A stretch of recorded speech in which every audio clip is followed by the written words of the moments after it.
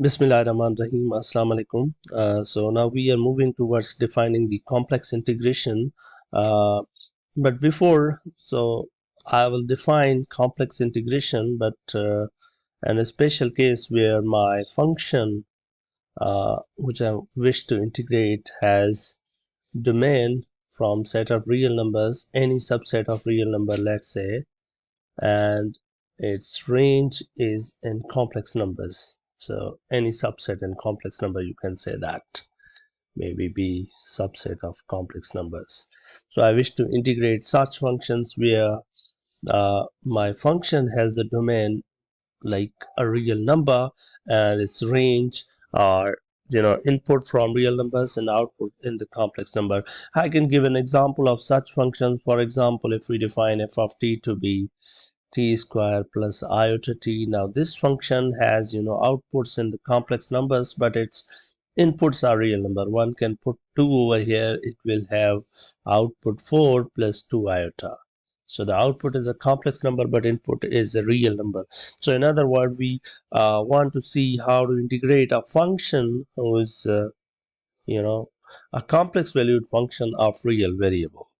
So I can write such function in this form. If a function is complex valued of real variable, then I can write it that function f of 2t to be u of t plus iota times v of t.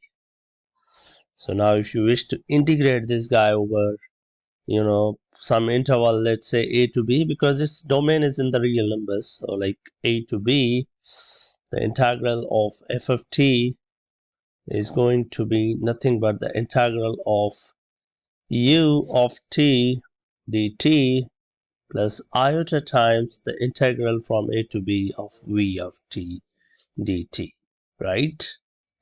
So that's how we can integrate a function whose domain is real numbers and output is in the complex numbers. One of the examples for such cases is going to be let's now integrate this function, which is complex valued of real variable, over this interval 0 to 1. So I will integrate 0 to 1 to this function, which is 2t plus iota whole square dt.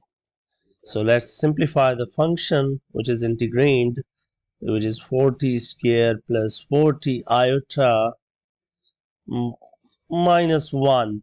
So after simplification you get this, right? Further you can write real part first, which is 4t square minus 1, and you can write separately this imaginary part and you integrate this, and we can now apply the integral separately on real part and on imaginary part this way. So now you can apply your usual integration techniques of single variable calculus. So you will get 4 times t cubed by 3 minus t plus 4 iota, so 0 to 1, 4 iota t square by 2, 0 to 1, which is equal to, so like you can insert 1 here, so it is 4 over 3 minus 1, and then plus, so this guy over here is 2, so this is 2 iota basically. So you can say that this is 1 over 3 plus 2 iota, right? Hence I can say that this integral from 0 to 1 of 2t plus iota dt is equal to 1 over 3 plus 2 iota, right? Okay, you have to keep in mind that the properties of integral that we see in the single variable calculus also hold over here. So like if a function is multiplied by a number k and you want to integrate this, then you can pull this k outside of this integration and you integrate. So it's like the scalar multiplication type property.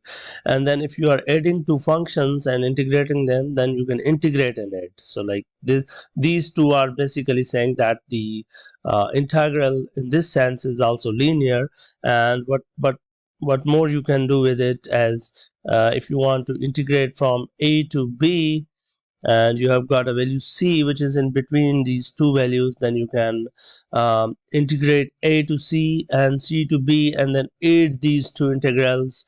It will give you the integral from a to b. So this property over here, you are familiar with it from your single variable calculus. And then you have this property which says that if you are swapping the limits of the integral, then you can have, you know, minus sign as a payoff. So like if you are integrating from a to b f of t dt, so it is going to be similar that you swap these limits b to a f of t dt. This property is also very famous from your calculus 1.